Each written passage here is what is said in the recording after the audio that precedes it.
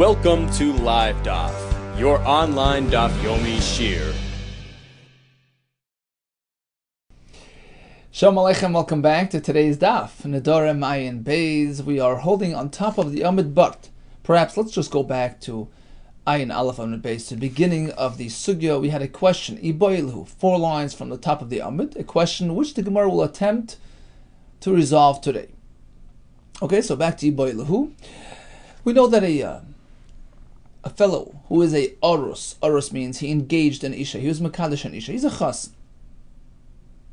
He has the ability to either confirm her neder by being Mekayim it, or be Mefer, the neder, canceling it, disrupting it.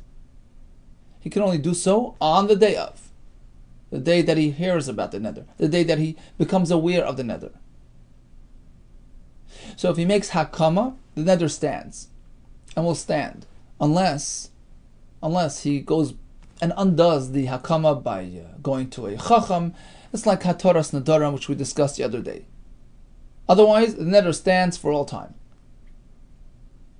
What if he was just passive? He ignored the neder. He hears the neder, does not respond.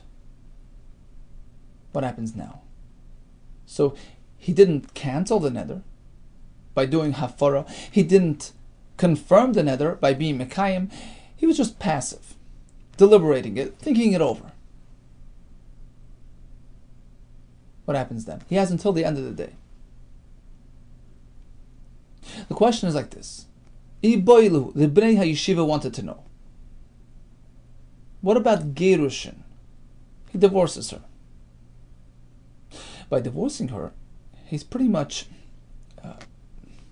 resigning to the fact that this neder will stand, because after Gerushin, he no longer has access to her Nedarim. So how do we treat Gerushin? Kishtika damya? Oika hakama damya, shall we say, is tantamount to expressing approval at the neder. Because he's pretty much saying, look, I have no issues with this neder. In fact, I'm just divorcing you and I'm not really interfering. Let it stand. So we treat it as a hakama. Or shall we say kishtika damya? It's just a passive reaction. He didn't seem to be too concerned, but you can't treat it like a hakama. In which case, theoretically, he would have until the end of the day. Problem is, he already divorced her. So what's the nafkamina? Lamai nafkamina. Would there be any difference whether we treat it like a hakama, in which case it's confirmed right now, or like a shtika, in which case it sort of needs to wait until the end of the day when time's up, right? Because he only has the ability to interfere on the day of. So if he's shosek, it's not hafara, it's not hakama. He's mulling it over, thinking about it. So until the day is up, the neder is still sort of in limbo, still pending, and once the day is over, the neder becomes confirmed. So the question is, again, what is Gerushin? Divorcing her in the middle of this day is considered hakama or ashtika? Manafkamina, what difference would there be? Going to nasha nadra v'shama balo v'gersha. She made a neder, her husband hears, divorces her, v'ahadra b'yomei, and takes her back on that same day. He re-engages her. So, if you treat the Gerushin like silence, just a passive reaction, nor this nor that, Motzi Mefer, so now when he has her back, he can once again jump in and do the Hafara, because he was never Mekayim the neder, he was just ignoring it. Now it can be Mefer. But if the Gerushin is treated like a confirmation, it's too late. Even if he retakes her, he cannot interfere. Tashma, let's bring a raya one way or the other. There's a brayso we had back on Daf Samaches. We were learned about the concept of nisreikna, transferring, emptying, passing over. The Rafar says it's like, pouring a jug of some wine from one jug to the other. Nisreikna, a transfer of power, which goes from husband to father. Typically, father and husband can join together for hafaras nedarim on a na'ara hamurasa. What if the chassan suddenly passes away? The halacha is that unless he was actually Mekayim the neder, after which there's no no more hope. The father can no longer interfere. But if he was not mekayim the neder, if husband did either hafara or nothing, and then he left the sin, he passed away, the halacha is nisreikna. His power gets transferred. Rishus labal. His rishus gets passed on to the father. Nisreikna rishus la'av. A Mosai Amru, Mesabal, Nisreikna Rishus La'av. When do we apply this halacha of Nisreikna? If the husband leaves the scene, the schus of Hafaras and Nedarim reverts back to the father only. Bizman Shalei Shama Habal.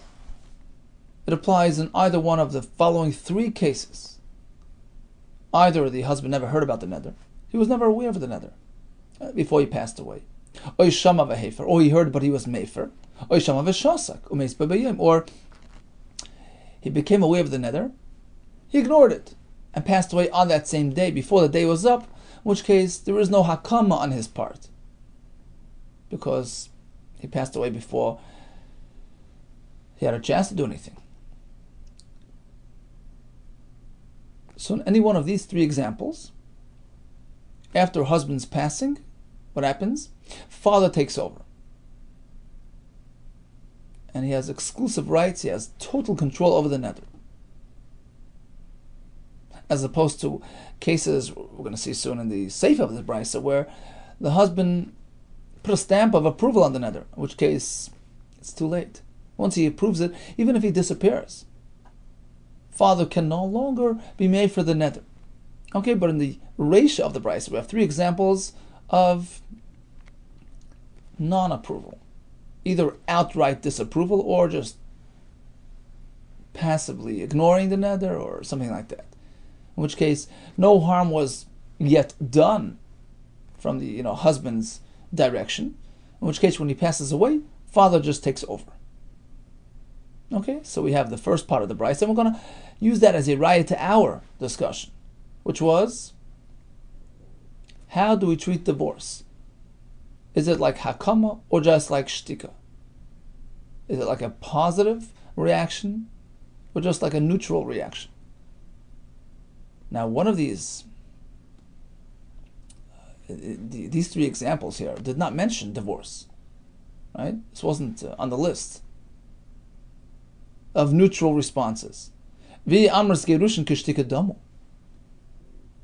we shall say, then in fact, divorce is tantamount to just silence. It's a neutral reaction to the neder. It's not considered hakama. Well, if that's the case, why don't we have it on the list of examples? Why wouldn't the Brisa mention that on our list of examples as well? Husband heard the neder, did nothing, divorced her. We shall say, well, at this point, father just assumes total right, total control, and can make for the neder on his own. Because Gerushin is not like a hakama, it's just shtika.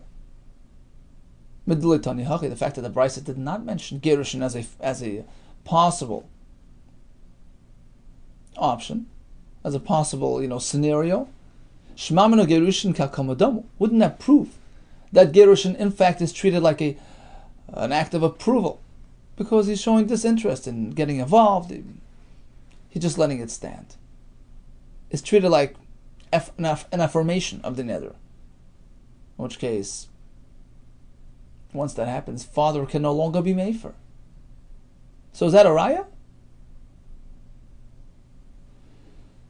Says the Gemara, Amos Seifa. If that's true, let's proceed to the second part of the Brisa, which gives us an opposing list, a list of cases where husband did do a kiyum, in which case, even if he leaves the scene, father can no longer control the neder. He doesn't have full rights to the neder. So the Brisa cites two examples. Avalim shama v'kiyum, but if husband heard the neder and was makayim the neder. Oy, or shama v'shasak umeis b'yem shel achrav, or heard about the neder and remained silent until the next day. So he allowed the day to pass without reaction.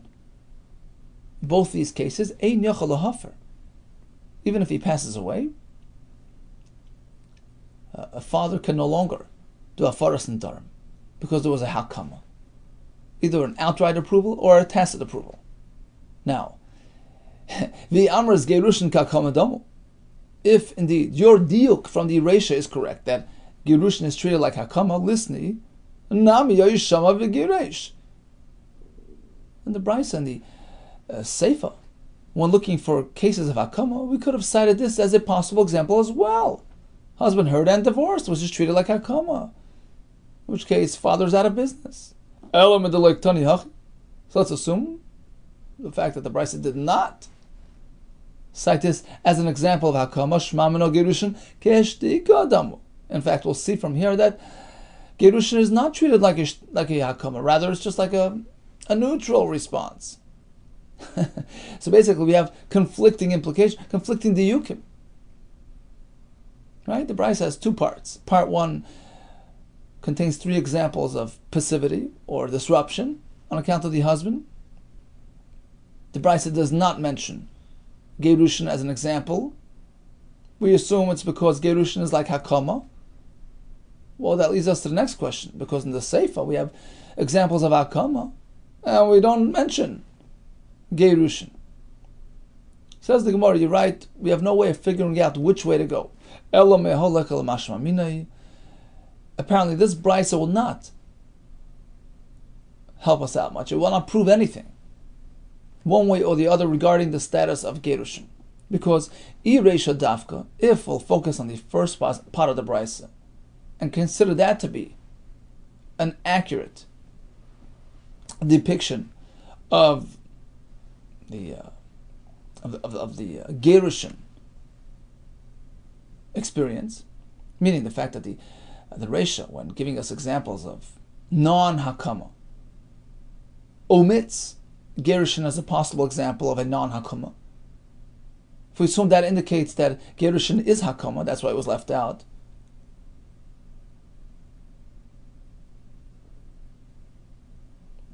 Nasir Seifa Mishum Reisha. So then the question would be, why wouldn't the Brisa in the second part, when listing examples of hakama, list gerushin as well? Because, Mishum Reisha, because we're just trying to find matching examples, matching cases. All the cases that the Brisa mentions, have two sides to them. He was quiet and he died on that day. That's the Reisha. He was quiet and died the next day. That's the Seifa. So we try to find, matching examples. And this example of gerushin doesn't really have two scenarios. It's either yes or no. So the Brisa did not want to mention it in the Seifa, even though perhaps it is considered like a kiyum, and would perfectly fit into the second part of the Brisa discussing cases of kiyum, but we just left it out because it wasn't going to be mentioned in the Reisha, so we just left it out in the Seifa. We're trying to find matching examples. That's one possibility. So in fact, gerushin is hakama, or we can take a different route. Seifa dafka. If in fact the second part of the Brisa is the dafka, is accurate, is going to be the true depiction of how to treat gerushin, meaning the Seifa which presents a list of hakama situations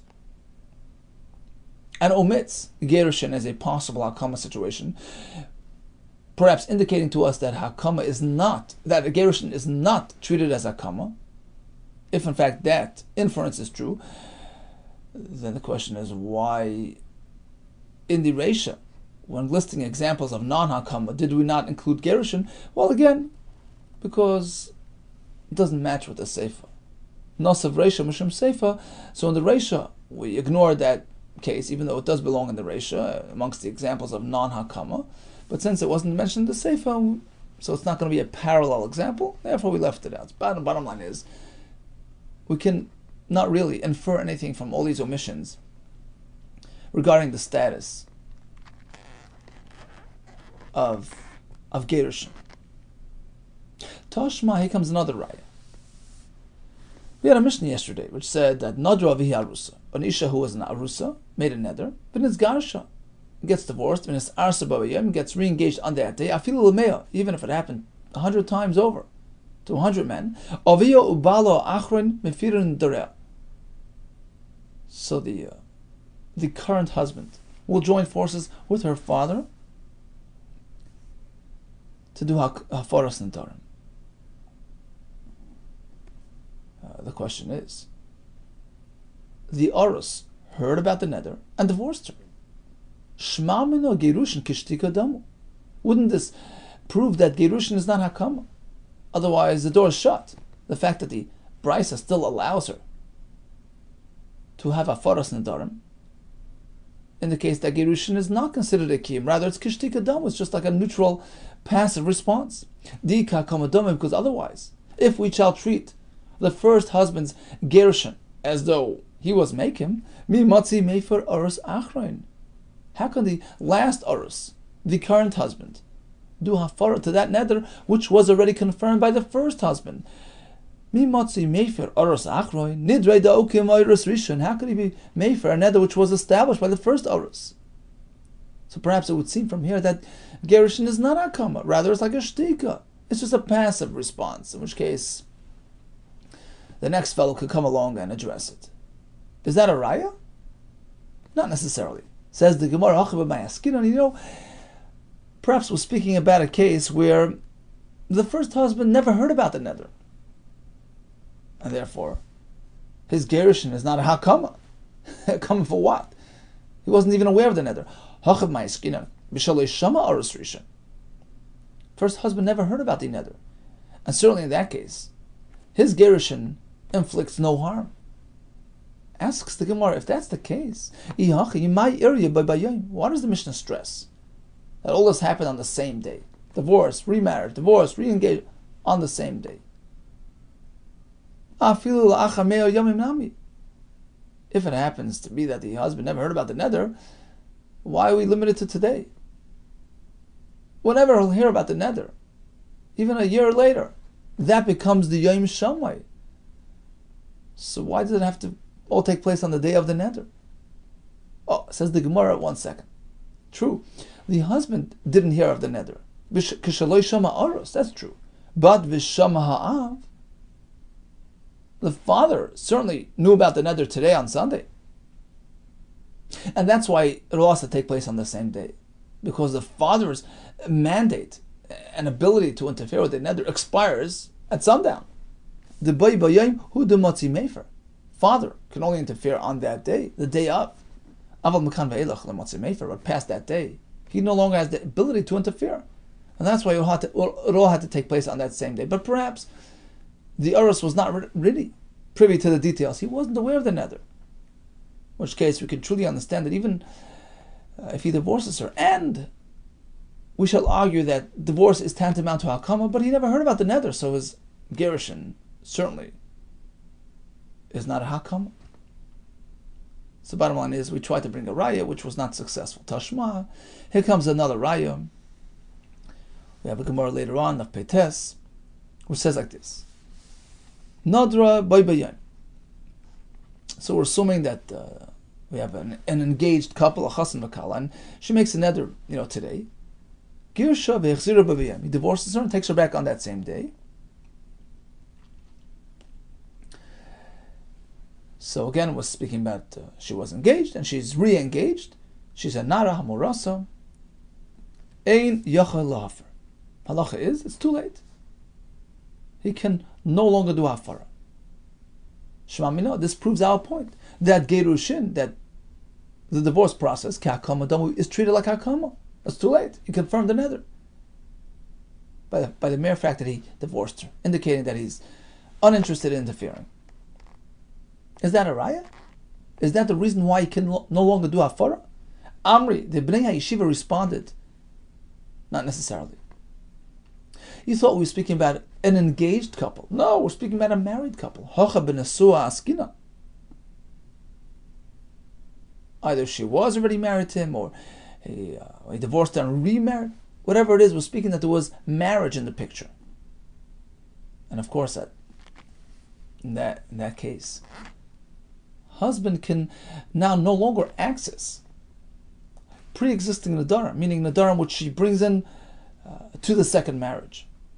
The reason why the new husband can't be mefer That's because Mishum de Ein HaBaal Mefer B'Koidmin.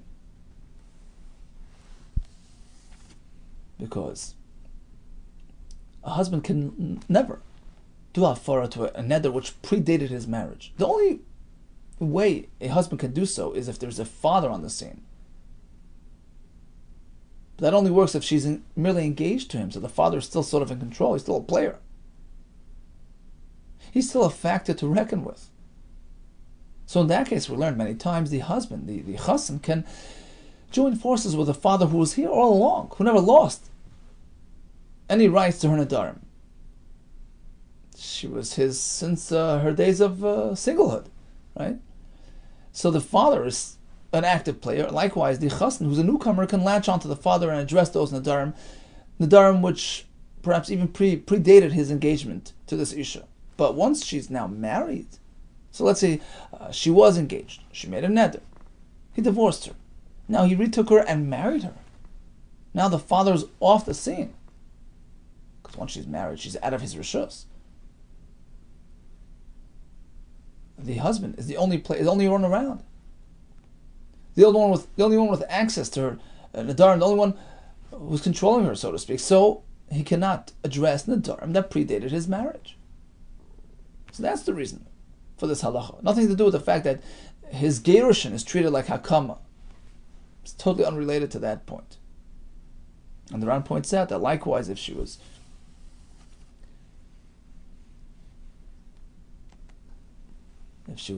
married to him and then he divorced her, now he just re-engaged her. Likewise, he's not going to be able to do a first Nedarim because once he had been married to her, the father was off the scene, and he can only do the hafara together with the father. So bottom line is that's the reason for the halacha, nothing to do with gerushin being an hakama or not. So we had a shaila, how to treat gerushin. Is it like an expression of consent, or is it just a passive neutral response? In which case, you still have a chance till the end of the day to address the neder. We attempted some rayas, and we were not really conclusive on the results. The Ran brings lenient halacha l'maisa. Ramban says we go l'chumra. We treat gerushin as hakama, and once he divorces her, even if he retakes her on that same day, it's over, because he was already mekayim the neder. And the Rashba says that he says no. We look at the gerushin as merely a shtika, in which case you would still be able to do the hafara if it's still the same day. Okay, let's go on to the next mission. Derech Talmidei Chachamim. It is the way of Talmidei Chachamim who are concerned about their daughter's involvement with Nedarim. They want to ensure that she's free of Nedarim. That's not the way of a true, Oved Hashem. We had this discussion back in Daf Tes. Ksherim don't make Nedarim. That's not the way of, that pleases Hashem. So, the derech of Talmidei Chachamim was that Ad Shelo Yoisa Bitoy Yoitza Me'etzlei. A father would expect a daughter to, eventually leave the home and marry. So before she does that,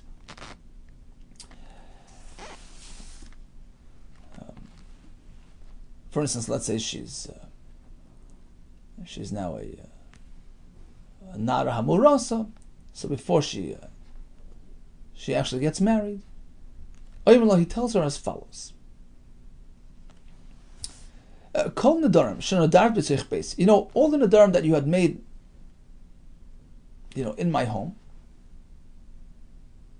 Harihin meforan. I'm right now nullifying them. So he's making a general, hafara for all Nedarim, all possible Nedarim that she may have with her.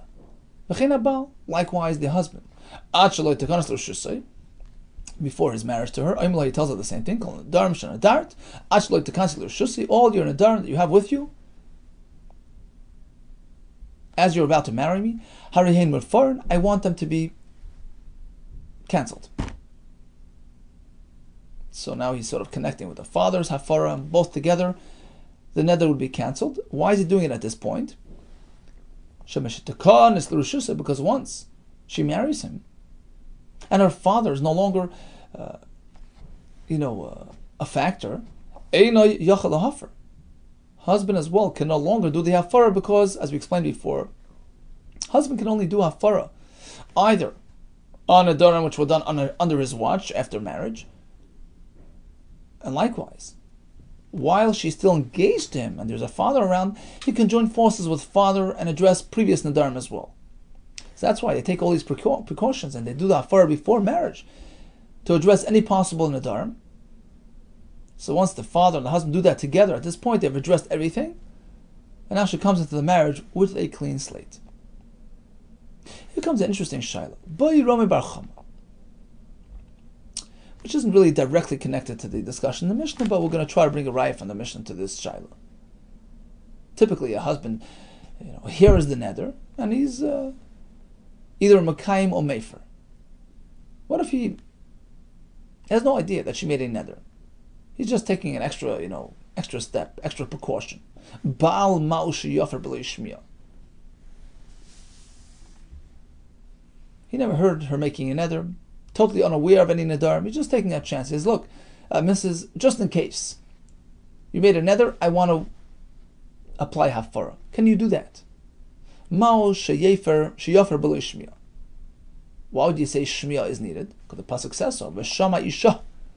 Her husband will hear the neder. That gives him the ability to confirm or cancel. Dafkahu. Is that to be learned literally? He has to hear, he has to know. Oilav dafkahu. Or perhaps not necessarily so. It's just your typical situation that he hears and he's mefer. But perhaps even if he's not reacting to a specific piece of information, he's just initiating a hafara and any possible neder that she has with her. Perhaps that works as well. Amarava tashma. A raya from our Mishnah. Right? That's the Mishnah we just learned. The Talmud Chacham father takes that extra precaution before she leaves his rishos. He tells her, "Kol nedarim shenadar techbeisi." Any nedarim that you have, harein mafar. I'm applying hafara. Asks the Gemara. Father's totally in the dark. He's just doing guesswork here. V'lo yishama. You never heard of her a neder. If you have a neder, I'm doing hafara. Apparently, knowing with definitiveness is not a prerequisite. V'lo yishama. Answers the Gemara, no. L'chi shama hu demefer. You're right. He's actually only going to do the hafara when he knows about it, when he gets word about the neder. Well, then what's the point of making this declaration? Well, at this point, he has no knowledge about a neder. Why is he making this announcement? Hakamashmon, the Mishnah here is informing us that urchi de turbim rabbanon laduri. It is the derech of a Talmud Chacham who is extra careful and conscientious about his daughter's spiritual well-being to seek her attention, to try to engage her in conversation. And this sort of triggers a conversation regarding this topic. Oh, Nedarim, yeah. Actually, I do have a neder, on my records, or eventually, if she does make a neder, she'll come back to him. So the point is that it's going to trigger a conversation, a discussion, which will bring up any possible past Nedarim, and at which point, when he is actually informed of that neder, he will then apply a proper hafara. But realistically speaking, this discussion in the Mishnah doesn't really do anything. It's just a means to trigger a conversation. Tashma miseifa, the same back and forth question and answer will apply to the seifa with the husband. V'chein abal, the same thing with the husband. Ashli tadkanas l'rushusa, before she marries. Emily tells her, etc., etc. And the question is, how will he do that if he had no shemiah? Hachanami the amrul kishaman, the same idea. Basically, he's triggering a conversation, in which case she'll inform him, which will allow him to make the hafara. Tashma, here comes another raya, which is based on a Mishnah Daf Ayin Hey.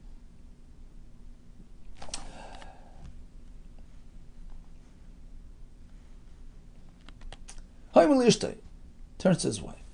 Kol nedarim shetaduri, anche avim mokem pleni, hariyen kayamin. Look, I'm leaving town. I want all the nedarim which you will make, from when I leave until I come back, to be kayam. I want to confirm those nedarim in advance. Does that work? No. Lo yamar klum. You cannot do hakama in advance. What about Harehin Mufarin? All your future Nedarim will be cancelled. Does that work in advance? Yes, it works. Asks the Gemara. What do you mean? Perhaps you can do it ahead of time, but the problem is you don't have the facts. You don't have the Shmiya. Hachanami, here as well, says the Gemara. He's going to tell like this. I'm not intending on having the Hafara now be activated against any future possible Nedarim. What he's saying is like this. The Hafara now will sort of be a pending arrow being shot at any Nedarim, so that when I hear about those Nedarim, when I become aware of them, which will enable me to do either Hakama or Hafara, I want today's Hafara to be applied then. Asks the Gemara, okay, he's going to have to wait for then anyway, so what's the point of doing Hafara now ahead of time? What's the point of making Hafara today if he has to wait until he receives word about the Neder? When he hears, let him do the Hafara then. Answers the Gemara, because he's thinking he might be busy. Maybe I'll be sidetracked and distracted at that point. I'll be busy, so I want to make the Hafara now on account of any Neder that I will become aware of in the future. So it's not like he's doing the Hafara on any Neder which he doesn't even know about. No, actually it's going to be Chal on a Neder which he will know about. Tashma, here comes another raya. So a husband turns to this apotropos, an agent, a caretaker, a shliach, and he says, look, I want you to address my wife's Nedarim on my behalf. Can you do that?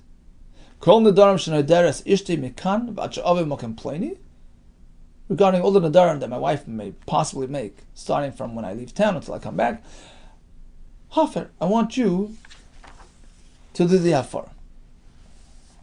Okay?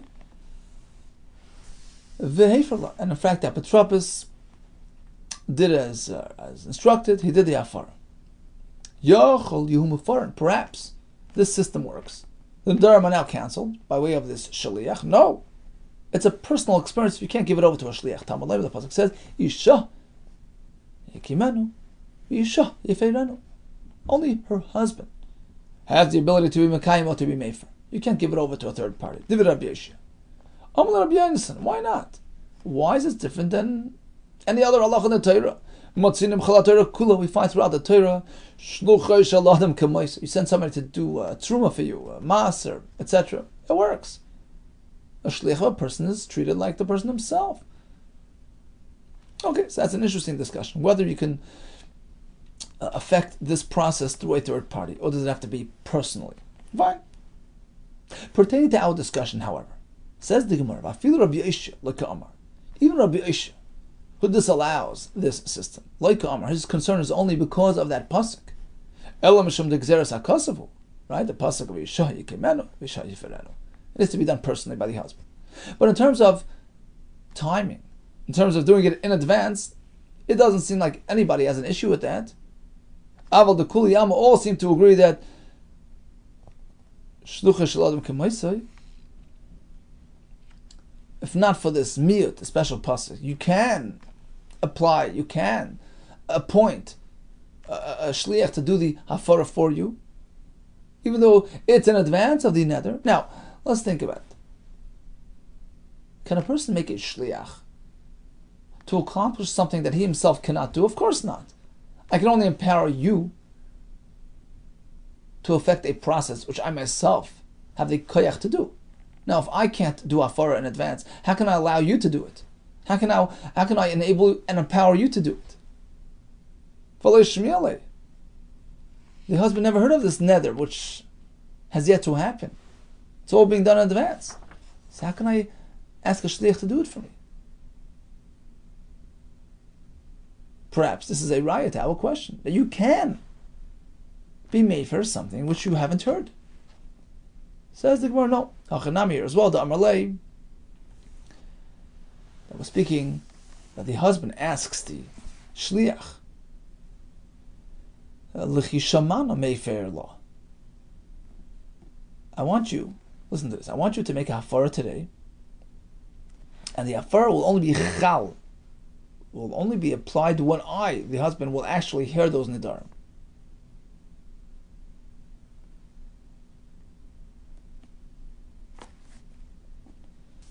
And since I myself, the husband myself, can do that, right? This is, Rabbi Lezer's shita, that you can activate hafara ahead of time. So true, I have to actually eventually hear the neder for that, previous hafara to come and cancel that neder.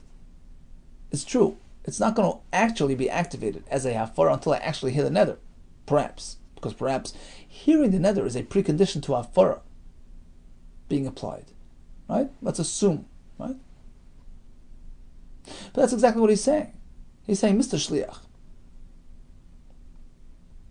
I want you please to make a hafara now, so that later on when I get word about my wife's neder, I want your hafara to be applied then. So you have all components in place. Hafara can be expressed ahead of time, but on condition that eventually the husband hears the neder. He's shomea the neder. And now the neder is eligible for hafara. In which case that original hafara will come now and cancel the neder. So perhaps shmiya is necessary. The Amrli Cheshamana Meifala. I want your hafara, which you're saying now, to be applied eventually to that neder when I hear it. Asks the Gemara 1 second. So what's the point? So if the husband is going to be hearing about the neder, let him do that for then. Savar Dilma Matridna is thinking, okay, maybe I'm going to be busy and I'm not going to get around to doing the neder, and therefore I want you to do it. Asks the Ran, so why doesn't the husband just do this himself? Anyways, he's doing it ahead of time. You're going to be busy then? Okay. I understand you're going to be on the road and maybe you're not going to get around to doing the hafara when you actually hear the neder. So you're doing it in advance. So you're asking the shliach to do it for you? Just do it yourself. Get up and say, look, I'm declaring any neder in the future will be batal. And then at the end of the day, when you're on the road and you hear about the neder, the hafara is chal then. So the Ran says there's an advantage to appointing a shliach. Listen to this. Because just in case he changes his mind. If the husband himself makes the hafara in advance, that's it. He's just activated a process which is just going to be ongoing. Automatically annul any nedarim that she makes. But if he asks somebody else to do it for him, shlichus, it's within the husband's ability to cancel that appointment whenever he wants. Tomorrow, the next day, a week down the line, he can turn around and say, look, Mr. Shliach, you know what? Let's just cancel our deal. In which case, the hafara is non-existent. If I, the husband, make the hafara for all time, that's it. I can't retract that hafara. But if I asked you to make the hafara on my behalf, I can always come back to you and say, you know what? It's over. Deal's over. Let's cut. So that's the advantage to having an apotropos involved. Interesting twist from the Ran. So bottom line is we had two questions today, both left unresolved at the moment. A husband can either do hafara or hakama. What if he divorces, showing sort of disinterest in getting involved? Is that just a shtika? In which case, if he retakes her on that same day, he can still access that neder? Or is it like a hakama, which solidifies the neder for all time? We leave it unresolved after attempting a couple of rayas. Then we had another mishnah that the father, the husband, will make this declaration regarding any possible nedarim, and that led us to the question of whether a husband, or for that matter, a father, can they actually do hafara even without any concrete knowledge of a neder? Do we need shmiya or not? We tried to bring a few rayas, which up until this point did not really prove one way or the other. All the best to you and much, much hatzlacha.